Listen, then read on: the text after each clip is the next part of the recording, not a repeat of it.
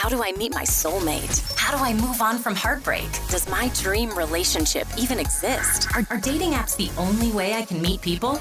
Are all relationships this hard? This is Between the Sheets with Dr. Love. Each week, your host dives into sex, love, dating, relationships, and everything in between. Welcome to Between the Sheets with Dr. Love.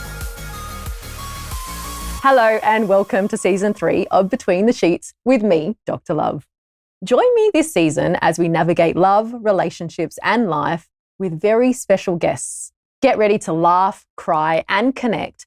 I know these meaningful conversations will impart a little bit of wisdom and a lot of love to you. So let's dive right in. Hello, Mr. Wedding. Hello. Thank you for joining us today. Thank you for having me. You're welcome. Thank you. So I guess on the podcast, we talk about all types of things, love, relationships, work, branding, personal journeys. And today I really wanted to have a chat to you about sort of what you're doing. You're everywhere. Every time I'm looking at you on Instagram, you're somewhere in the world or in another state in Australia and you're all really busy. So really give us a bit of a summary about what is Mr. Wedding. Like, what is that? Oh, good question. So yeah, I am everywhere. They call me the everywhere man. No, I'm just joking. So yeah, Mr. Wedding is just, it come about, I reckon about 6 or 7 years ago as I started off sort of doing a lot of MC work for comedians around Australia, doing work at sort of charity shows. My father's grown up as an MC, hosting a lot of charity events. He's done so much charity work for sort of, the community. He's got a medal from the Queen. So I've always grown up in that sort of industry and that sort of spectrum, I suppose. Yep. My niece got married about 8 years ago and she asked me to MC her wedding, I suppose, just as a bit of a thank you or something to sort of contribute to the wedding. And I said yes. And then from there, it just took off. I had her friends coming up to me and asking, can you MC our wedding? And I'm like, no, I don't MC weddings. It's not what I do. And then from there, it just sort of took off and I did 1 wedding, 2 weddings, 3 weddings, and then started creating a bit of a brand and started, getting some more work. And Mr. Wedding sort of came about, I reckon about 12 to 18 months ago. So just recently. So it's just a recent Just recently, branding. I've been doing so many weddings and you normally do like groups of sort of friends. Yeah. So you do 1 wedding and then you do the friend's wedding and then because it's Adelaide. Yeah, of course. You sort of do the same sort of guests of people at each and every wedding. Seen you, a couple and of times. then one of the guys came up to me and said, we're going to start calling you Mr. Wedding. And I'm like, why? It's like, well, you're everywhere. Every wedding we go to, we see on Instagram, you're doing everyone's wedding. So we're going to start calling you Mr. Wedding. And I thought, yeah, pretty cool, whatever. Yeah. And then I kept seeing these people, at every other wedding and they started calling me Mr. Wedding. And I went, you know what? I'm going to run with that because my brand name was under my name, my first and last name, which is Ilario. Yeah. And spelling my sort of first name is a bit difficult. Is it 1 L? How do you spell it? Is it Mario? Is it Ilario? And to search for it is a bit sort of difficult. Yeah. And I thought, Mr. Wedding's a lot easier. It sort of encompasses what I actually do. Yeah. And it's sort of a bit of a fun, name. So now I just refer to myself as Mr. Wedding and so does everyone else. And it's caught on and it's sort of, what I've been doing. So emceeing weddings, but mainly what I do is as an MC is I consider myself as a host. Okay. Not so much as an MC. Okay. So MC work is about 20% of what I do on the evening for a wedding. The rest of it is hosting and being there sort of, a bride and groom's insurance policy, if that makes sense. So they're taking I'm sure many people would know, planning a wedding takes 2-3 years sometimes. Yeah. Dealing with suppliers, photographers, videographers. And on the night, you don't want to be hassled as a bride and groom by photographers. What time's this happening? What time's that happening? So I'm the bride and groom's insurance policy. So on the evening, I'm basically their coordinator.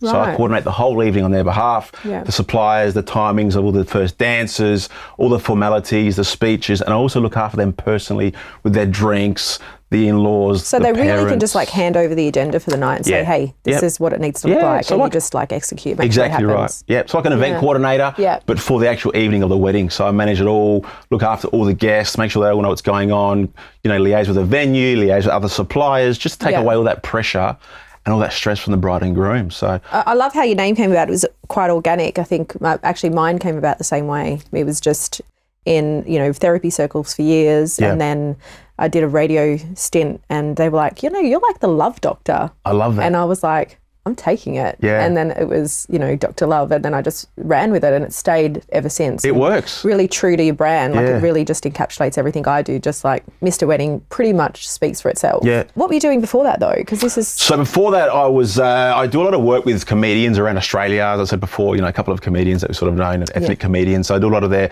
stage managing, tour managing, event coordinating, but also I'm in sales as well. So I'm a sort of a sales guy, but also do a lot of charity work for charities and the community. So I was organising events for charity and raising money for charity with my father a little bit. So doing a lot of that, but mainly in sales, working in food and beverage, travelling, working with a wine company as well, doing all their trade shows and expos and travelling the world. So hospitality, events, that's sort of really in your Always been around blood. people, always making sure that they're looked after, they feel welcome, they feel present. So that's and culturally, that would be quite natural for you, right? That's right, yeah. So for being an Italian background, it's always got people over, always hosting people for dinner or going around for dinner, and always just love being around people and making them laugh, making them feel happy, making them feel warm. Yeah, of course. So I'm very conscious now of how I make others feel when they're around me. Yeah. It's one big thing that I'm working on a lot as well, is how I, like with you and I right now, like how am I making you feel? And I do say that, you're right, because we remember people for how we feel when we're with them, right? Yeah. That's the lasting impression. Yeah. It's not necessarily what you're doing, but it's how you made me feel when I was around you. Yeah.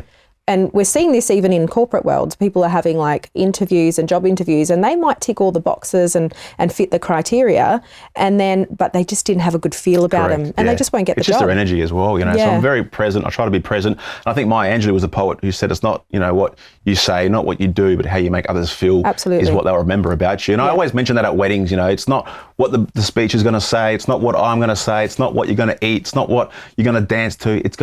What you're going to remember on the night is when you look back and you're going to remember how you felt at their wedding. Your wedding was great. I had a great time. Yeah. I forgot what I ate. I forgot what the speech was about. And they do. People forget about the food, but they remember how they felt, how they had a great time, how they didn't have a good time. That's exactly right. So it's all about how you make others feel and the energy that you sort of exceed as well, or expel, I suppose. So do you see Mr. Wedding going in a particular direction moving forward, like 2023, 2024? Do you have any plans? Yeah, it's just about growing my brand, working on my skill sets. Now I'm taking sort of public speaking courses, taking some acting courses, and I'm also in the process of becoming a certified sort of marriage celebrant too. Okay. So I can now marry people. Yeah, Not yet, so I'm not yet certified, but I'm in the process of learning and becoming accredited, I suppose, to become a marriage celebrant, because you don't always need an MC at weddings. I've sort of become to sort of realise and notice smaller weddings don't require an MC, or they don't require an event coordinator or an evening coordinator, but they do require someone to marry them, whether it's a priest or a celebrant. So I thought, well, you know what?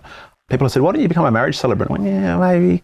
But then... I can see how it would work, because it almost organically fits in there. It does. Right? It so does. it's just like part of your branding, your Mr. Wedding, you'll be able to, I can do whatever. Yeah, and I just like to grow and sort of, increase my skill set, and always sort of move out of my comfort zone. And so this is one thing I'm sort of working on and moving towards. So as part of your branding, have you decided to stay in the wedding space?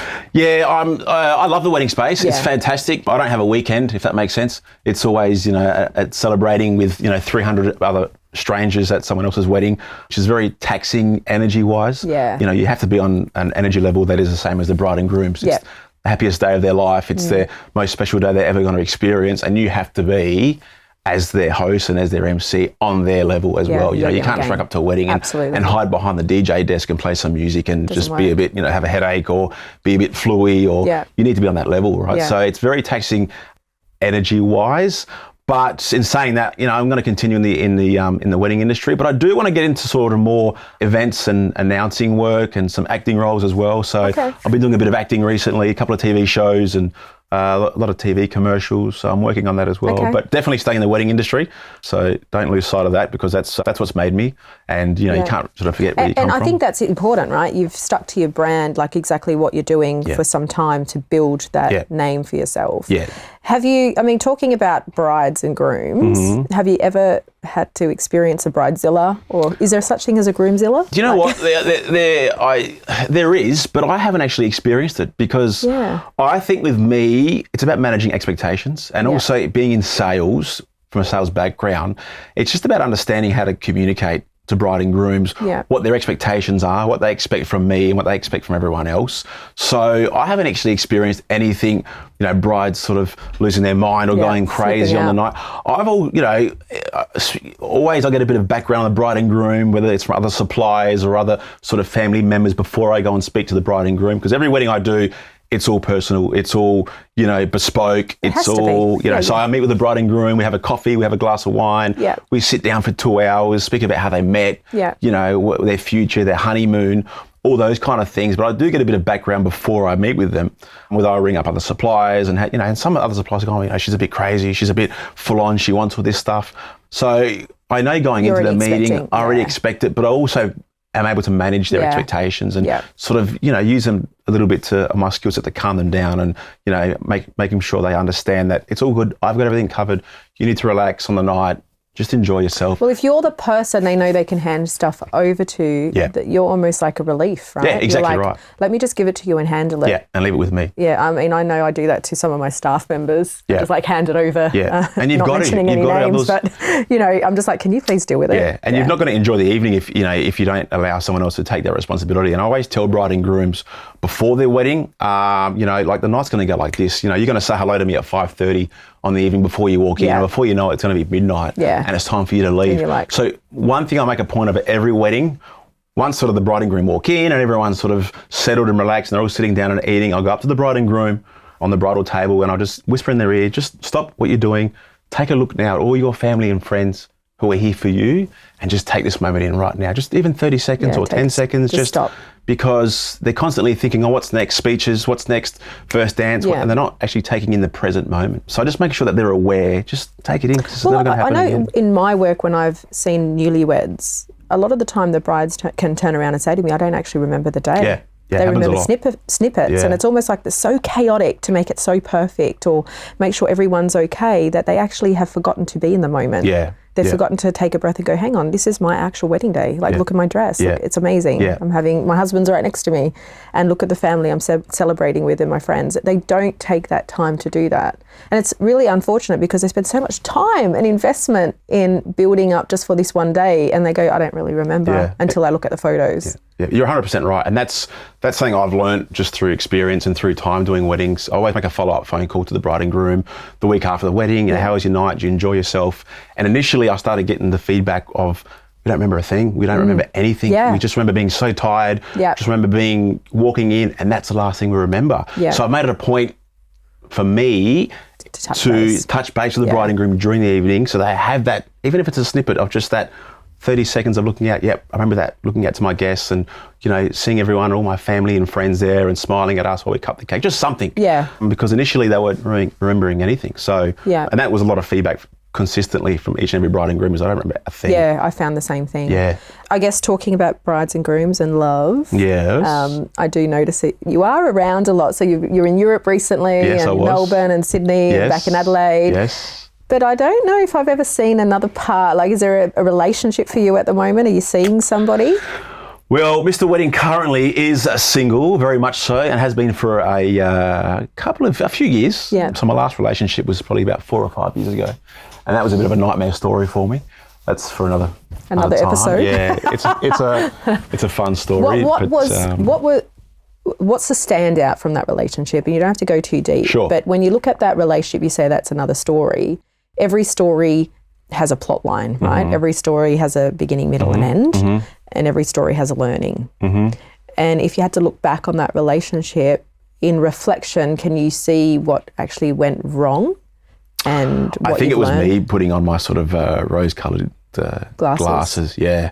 And it was a European sort of relationship, as in we were in Mykonos. I was in Mykonos, and I met her in Europe, and one of those summer romances, and she lived in Melbourne. So I came back to Australia and moved to Melbourne for her, and it was one of these, beautiful stories I was going to tell my kids. I met your mother in Mykonos, and we met in, on the islands, and we had a great summer together, and I moved states for her, and it was all that sort of, romanticising the sort of story and the plot, I suppose, for the future and to tell my kids. But then, it was just a lack of honesty, too much trust. On your behalf? Yeah, well, on her behalf, a lack of honesty. Okay. But too much trust on my behalf and giving her the benefit of the doubt too many times. And it was... So do you feel like you let your boundaries down with that relationship? Definitely. And I've learned a lot, but I've become a bit more guarded since then, which is not a good thing, I think, to find another relationship.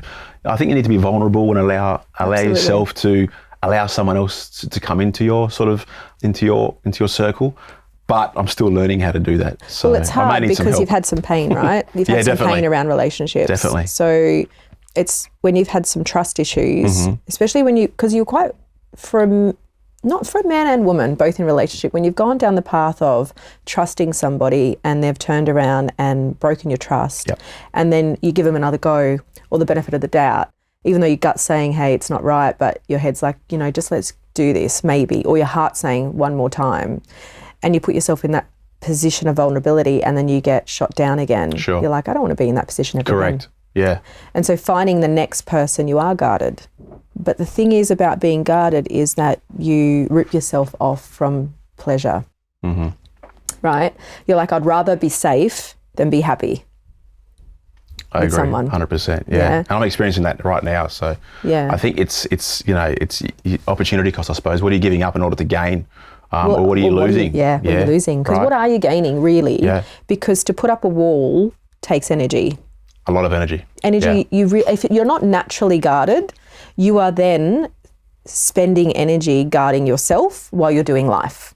So you're holding the wall and you're going to the weddings. You're holding the wall and doing, you're acting. You're holding the wall and you've constantly energetically got this wall around you. And it just takes up that extra energy that you actually don't need if you could be just authentic and just bring the wall down. Agreed.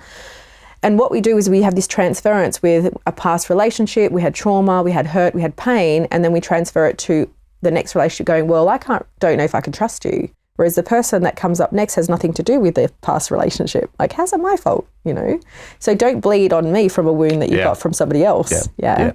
I agree. So I get the hesitation. Yeah, I'm loving this. I'm learning a lot from you. So I think there's a lot more to learn from you. So I'm interested to have more of a chat. But I think and we all do this. This is not just you. This is not, it only happened to Mr. I don't think it only applies to love only. It also applies to, every sort of aspect of our life. Relationships with parents or siblings. Absolutely. And I've experienced that a lot with, even family, just the energy it takes just to be in a bad mood or be upset with them or hold a grudge. It's not worth it in the end. But like you said, it takes so much energy just to be angry at somebody. What are you gaining from it, really? Nothing. Ego. Exactly. Ego gains because ego feels in control when really ego is false evidence, right? It really isn't. It's not true. Our ego doesn't talk from the truth. Love always talks from the truth. Ego doesn't. Ego makes us believe something is true. Yeah, I love that. Yep. And so this happens, you're right, in all relationships. It happens in family. It happens in corporate and work. Like, how many times do you go and you get let down by a work colleague or a boss and you think, or you've handed something in and it wasn't up to scratch and you feel let down or they didn't accept what you were presenting. Yep. And you're like, I put a lot of effort in that and I feel kicked in the guts. And you're like, well, I'm never going to stand up at a board meeting again and give a presentation. And you start to pull the wall up. Correct. So you do it everywhere. So it's definitely the risk and the gain ratio, like what is going on here. So you're open to probably meeting someone? Yeah, definitely. Are you open? Open to love, open to, a family, open to being in a long-term relationship and marriage too, obviously. Yeah. It's quite funny because I get asked this question a lot. I mean, I'm 38 now, 39 actually. Yeah. I keep forgetting. Still young. Am I? Absolutely. Great. I love it. Wait till the big fours come in and that's where life starts. Yeah, right. Is it in a good way? Very good way. Okay, great. You're not 40 yet though, are you, right? Yes, I am.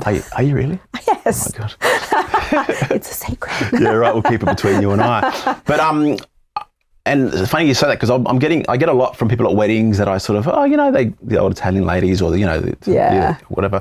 Hey, are you in a relationship? Are you married yet? And I'm like, no. But I used to get that sort of 5 or 6 years ago. Well, how old are you now? I'm 32, 33. You got plenty of time. Now I'm getting, are you in a relationship? Are you married yet? No, I'm not. I'm still single. How old are you now? I'm 39.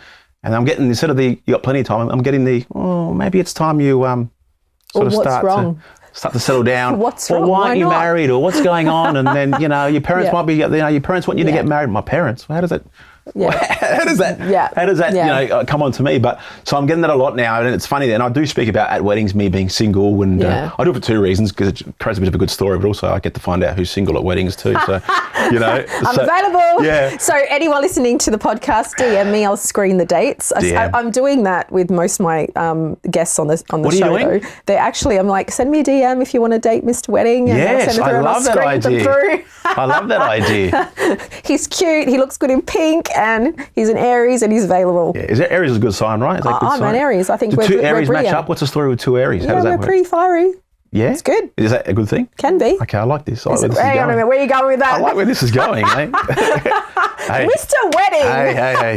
You're going to be a bit cheeky, but... Bit cheeky there. Yes, why not? Okay, so previous relationship, what did you learn the most out of it? To trust my gut. Okay. Trust my gut instinct. And I learned the most sort of about that through that relationship, but also in life as well. So it taught me to trust my gut and trust my not my feelings, but my gut. So, because you feel like, do feelings give you mixed signals? Yeah, definitely. Is that what it is? Definitely. It's interesting that you say trust my gut, because I don't often get those words from men. Okay. Right? And I love it because it's quite progressive and it's intuitive, right? We talk about intuition a lot with women. We don't talk about it much with men. And men do get gut feelings, but they go straight to their head. Yeah, right. Right, because they would make a logical decision straight to their heads, right? They're going, I get a gut feeling. I'm like, I'm going to make a decision about this. Right. And they forget to lead. As opposed to doing what? As a woman would go, sit in your gut. Like, have your gut make the decision. Does it feel right? Where are you sitting? Okay. Get a gauge energetically what that means for you. Is there a warning sign? Whereas men will get that and they'll go straight here. And do what with it? They'll ignore it and they'll make a decision from here, which is not necessarily always the right decision. Yeah. Right? And that's maybe what you did in your past relationships. You got a gut feeling, you went, it's all right. Yeah. I'll give it benefit of the doubt. Yeah. Being silly. You weren't being silly. I'm a very big gut person, very big intuition. I'm a very big energy person and very spiritual. So I'm all about the spiritual side of things and very big on energy. Okay. So that's how I connect with someone, is energy. Yeah. Not so much looks, not so much, there's attitude, there is their character, but it's all energy for me. And I was having a chat with a girlfriend of mine who lives in Sydney, and she's 40 and she's very, very pretty, and she's still single as well. We're always trying to match each other up with some guy, or she's trying to match with some girl or whatever. When I go to Sydney, she's like, how about her? And I'm like, I don't know because and she's like, well, what's your type? And I went, do you know what? I don't have a type. I have an energy. So you need to be around them to feel. You need to feel it, and that's why I can't do these dating apps. I can't do these sort of like, send me a photo of this girlfriend of yours, and it's all energy for me. It's like those dating apps and those like send me a photo could be the first step, right? Yeah, send me a photo. Yep. Okay. But I need to meet them. Yeah, definitely. Let's go out for a coffee. 100%. So they could be the stepping stone to you finding a date rather than shutting them down. You go, I don't always shut them down. It's just like, it doesn't do anything for me. Our photo doesn't do anything. Yeah, she's pretty. But as soon as I see someone, I have this energy thing going, bang, we're on, like, or it's like, we're not, there's something. Do you have a practice? Do you do anything? Do you like meditate or do you like listen to podcasts? I meditate a lot. In the mornings, I do sort of affirmations. Yeah. I'm very aware of my thoughts. Okay. So I was in a bit of a dark place probably about 5 or 6 years ago. Yeah. I reckon, or a bit more. And saying dark place, you're just in this sort of a bit of a slump. Bit of a where flat you're just room. like, what's the point of all this? What am I doing? Was that after the relationship? Yeah. Yeah. Okay. What am I doing? Where am I going? What's the point of going to work? What am I doing with this money that I have? Yeah. Just spend it and then what? What's the point? Like, we're not going anywhere. We're going to be in the same place in the end. Yeah. So, and that started sort of, me not sort of getting out of bed with a bit of, oomph in the morning, or voglia, as they say in Italian, is that bit of a, that sort of kick in the butt. What's the point of all this? And, you weren't doing as good as you could do in life. So I started to then make a list of sort of tasks to do throughout the day. And I mean list minuscule of tasks like brush your teeth, wash your face, because I was just your necessity. I was getting to a point where I was just like, there's just no point in doing any of this. Like, I'm just so like, you just gave up. Just gave up basically. And like, well, what am I doing here? Like, is this nothing? I'm just going to, Do you know what got you there? I know you had the breakup. Was it the breakup that was the it was catalyst? Just a lot of things. Just the breakup. It was sort of just life, work, position, and like, earning money. Just a lot of things. There wasn't one specific thing. It was just a lot of things. It sounds like you didn't feel connected to anything.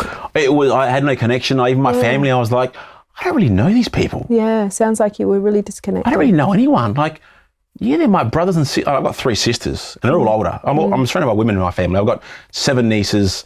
I've got 3 older sisters. You know, my mother, it's just me and my father. We're the only males, right? So I've been surrounded by female energy all my life. But, you know, there was points in my life back then I was looking around at dinner, and I'm going, I don't know anyone here.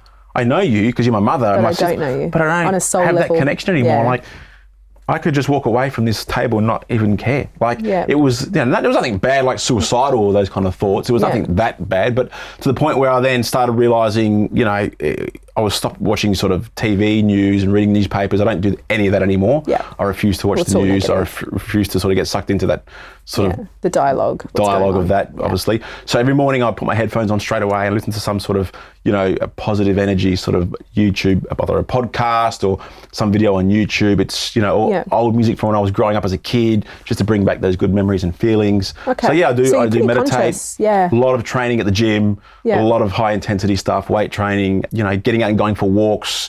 Not being aware of my thoughts is one big thing, because you can get sort of caught in your thoughts. Absolutely. And going, you know, I don't want to go to this wedding. I don't want to go to work. Who cares about these people? And, you know, I don't even know them. Like, big deal, you know. And then you got to sort of realise, what am I thinking about? Why am I going into this little hole?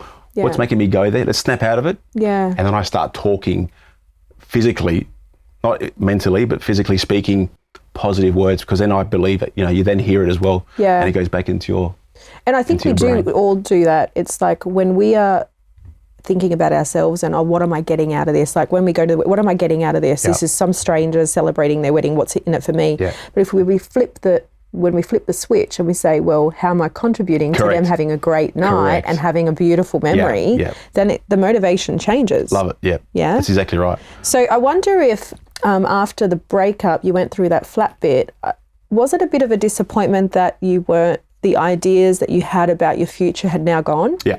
Is that what it was? Definitely. Yeah. It was like, what was the point of all this? This is how all relationships are, you know, from, you know, sort of experiences with other relationships, with previous relationships. It was sort of quite weird, because I was getting from my nieces were sort of calling me, because I've got nieces. My eldest niece is 30 years old, right? Yeah. So I was 10 when she was born. Yeah. She calls me Good Luck Chuck. You seen the movie Good Luck Chuck? Yeah. Because my last 4 relationships I've had, the next guy after me, they've gotten married to and had kids. So I was taking that as a bit of a... like an omen, almost. An omen, or even a bit of, what's wrong with me that I'm making these women, or not making them, but it's happening that after me they're sort of getting a relationship. Is it that I wasn't presenting something to them that they needed to have in order to move to that next level? Is it me? Obviously it must be me, because they've all moved on and got into a relationship and become married and you're the and had children. Denominator. I'm the common denominator. What aren't I doing? What am I doing that is not allowing me to move to that next level in the relationship? So did you work it out? No, I'm still working on it. I haven't figured it out. I don't know if we ever do, because we always change depending on the relationship we go in and where we're at. But does anything stand out for you? Well, there is a little bit. There is a fact. I mean, I haven't gotten into a relationship, not sort of on purpose recently, but it's sort of not sort of allowing it to happen, as we spoke about, because I don't really give enough time and energy. You need the priority. I don't think, and it's not fair on them. Yeah. Like, I've had opportunities, don't get me wrong, you know, recently and in the last couple of years, but I'm like, no, I'm just not in a point in my life where I can allow someone else into my life, because I'm so focused on what I'm doing and building my world and building my sort of empire, as they call it, and you know, and designing my life, that I think it's unfair to allow someone else into my life and not give them the attention they need. I've heard that a million times, you know, like, I don't have the time to invest in somebody right now, because relationships are investment. But I've also heard people say that, and then the right person walks in and they're like, they're worth the investment and you'll make time. Yeah. And I believe that with me too. I believe if the right person's there, because I have had that going, nah, just haven't, and then I've seen someone in my life and they've come in and I went, for you, I'm doing whatever it takes. Yeah. So you are right. Like, if the right person comes along, but then again, I need to allow them to come into my life a little bit too. So that's maybe you're not open then. I don't know. Could you say, maybe I think I am. Yeah. But maybe I'm not, right? Maybe you're not. Maybe there's this energetic, like, so can I work on that, and can I fix that? Okay. Yeah. Cool. I think it's just about, if you look back at any relationship, not just for you, but for anyone that's gone through a relationship where there's been, you know, deceit and dishonesty is a little bit of trauma. Right? You feel it's a traumatic experience. And that's what happens in relationships around infidelity. And I'm not saying that's what happened, but Infidelity. That's exactly what happened, but anyway. Oh, okay. Well, there you go. Trauma. It's a type of trauma. Yeah, it's definitely. Because the pain and the loss and the deceit that we feel, we call you the hurt partner because the other person deceived you. So you're the hurt partner. There's a lot of trauma in that. Yep. And so if you haven't really dealt with the trauma around the infidelity, you will carry it for a long time and find it very difficult to connect on a soul level with someone because there will be an invisible boundary to your connection. You'll be like, just in case. And so you really need to go back and go, what is it about that relationship that I need to either let go of and, really forgive and let go? Sure. And have you forgiven her yet? I don't know if I have. I don't know what the answer is. That's the answer. You haven't. I don't know if maybe I don't. Maybe I don't know how to. Yeah. So because if you have, you'll go yes. I'm sort of giving her I don't really care about you anymore. You just right. You so just, the sweep under the carpet. You hurt me. I don't want to know about it. Bang, you're off, sort of thing. But have I forgiven her? I don't. Maybe I haven't. No. Yeah. Maybe you haven't. Yeah. And that's the ignoring. Like, I just want to ignore that part of my life that happened. It's really painful, and it's done now. I'm done with it, and I've moved on. Yeah. Because it was also sort of maybe. Is it embarrassing to a point as well? Because a lot of my close friends knew this girl. So you felt shame. Yeah, and they warned me about her too, what she was like and what she's known for in the circle. You gave her the benefit of the doubt. And I'm like, I don't, like she's been fine to me. Like, I don't see that. And like, well, dude, we're telling you this is what's going to happen. Like, dude, how would you know? Like, you don't, whatever. And it happened. And it was sort of like, I told you so moment for them. So they weren't like that to me, but it was like, damn, this is a bit embarrassing. Like, maybe I should have, or, whatever. But I'm still the person like, thanks for your advice. Yeah, let me work it out. I'll figure it out. Yeah. Or I'll take your advice and run with it, or I'll take your advice and put my spin on it. But that's how I am in life in general. So if you look at that experience though, it's been a catalyst to your growth. Yeah. Right? Something beautiful has come out of it, right? Because you've had to dig deep. You've done your lists, you've become more self-aware, you're listening to your thoughts, managing them better, you're getting into a spiritual space, you're meditating. You probably weren't doing that before. Nope. And so if anything, it's the gratitude for the experience to make you who you are right now, right? It's like, if that didn't happen to me, I wouldn't be this bigger person. Yeah. So basically, I mean, you're asking me if I could go back and change anything, would I or should I? Probably not. Because you like who you are now? Yeah. Well, it's maybe who I am now, which I'm liking who I am now. I'm liking myself and my personality and where I'm going and my energy levels. So to say that, I mean, I don't regret anything I do. I think everything's a learning experience. If you know how to look back on things that are failures or things that didn't work out to your expectations and going, okay, what can I learn from that experience? What didn't I do? That I could do better next time. And, failure is a great instigator for growth. But you have to know how to use it. Well, you've got to learn to pivot. We call it pivoting, right? Yeah. You fail, you don't fail, but you don't do as well as you thought. And you go, okay, where do I pivot here? What do I do different to get a different result? But if you get caught up in the failure, and this is where people get stuck in relationships, is that they get caught up, the unforgiveness story around an event keeps us stuck without even realizing. And so maybe when we go back and reflect and we go, okay, look where I am now because of that scenario. Yes, it was painful then, but you know what? I'm actually so grateful because look at where I am now. And so now you trust your gut. So back then, if you had to meet her now, would you date her? No. Right. No. So which means that your gut-o-meter, right? Gut-o-meter, okay. is like heightened, and you'll now have the ability to maybe never do that again. So which means you've got to trust yourself, not the other person. Yeah, I love it. Yeah. Yeah, I agree with it too. So so dating becomes easier when you trust yourself. It does? Absolutely. Okay. Because if you can go back and go, you know what, no, I've developed this part of my gut. I get a good feel, I get energy, I trust myself to have the right person in my life, then you don't have to worry about holding the wall up. You just go, oh, I trust myself. And I trust myself to get out when it's not good or not serving me. I don't need to stay and give the benefit of the doubt. I trust myself to make the decision. Bless. Yeah. I'm loving it. I'm taking this all in, so. Yeah, please do. Yeah. So that's your dating. That's my interesting. dating. Well, Thank you for that's sharing the lack of at the moment. Yeah. Well, no, you're dating yourself right now. Am I? Absolutely. Okay. You're like dating myself. I'm Can we say loving that on myself. here? I'm growing. I'm investing in self. Yeah, definitely. Yeah. But I think I'd definitely go back and reflect. Am I really open to a relationship? I'm just saying it because maybe I'm really not. I'd love to indulge in that a little bit more later on. Yeah. We'll take it off. Yeah. Okay, so thank you for sharing. It's a bit, I mean, that's a vulnerable space to go into, is like talking about relationships. It's not everyone doesn't wear a relationship on their sleeve. Yeah, definitely. I mean, but I feel very comfortable talking to you. Well, thank you. I do this for a living. Yeah, well, thank you for giving me that, because I don't talk to anybody about relationships. I'm a very close person in regards to that. So I think you've got some stuff to offer. I mean, you've got a good platform, and I think your learnings through your relationship can really help somebody else. And when we talk about them, like sometimes there's shame, like I'm embarrassed that, especially men around domestic violence, like men that have been victims of domestic violence never speak about it. They're like, I'm embarrassed, I'm a man. And, unfortunately, my wife or my girlfriend is beating on me or throwing things at me, and it never gets spoken about. But there's so many men that do that in silence. And just like, so many men that do relationships and pain and infidelity in silence, it's embarrassing. Like, she's cheated on me. I feel shame. Yeah. Right? It is pretty bad. But well, it's bad for anyone, but it's harder for men to talk about. It's almost like, oh, no, I'm not going to talk about that. It's because the main dialogue is the other way around, right? It's the female. That's we think that. Yeah. Well, true. Or we've been told that, right? And there's no reporting from men. Correct. So we don't know the stats around domestic violence. We don't know how much infidelity there is with the woman on the man, because they don't want to tell people. They don't want to talk about it. Yeah. I mean, did you watch the Johnny Depp? Yeah. Did you watch it? Yeah. That was pretty. I mean, it's pretty sort of non-newsworthy, but it was in the way of, I found it very interesting and very.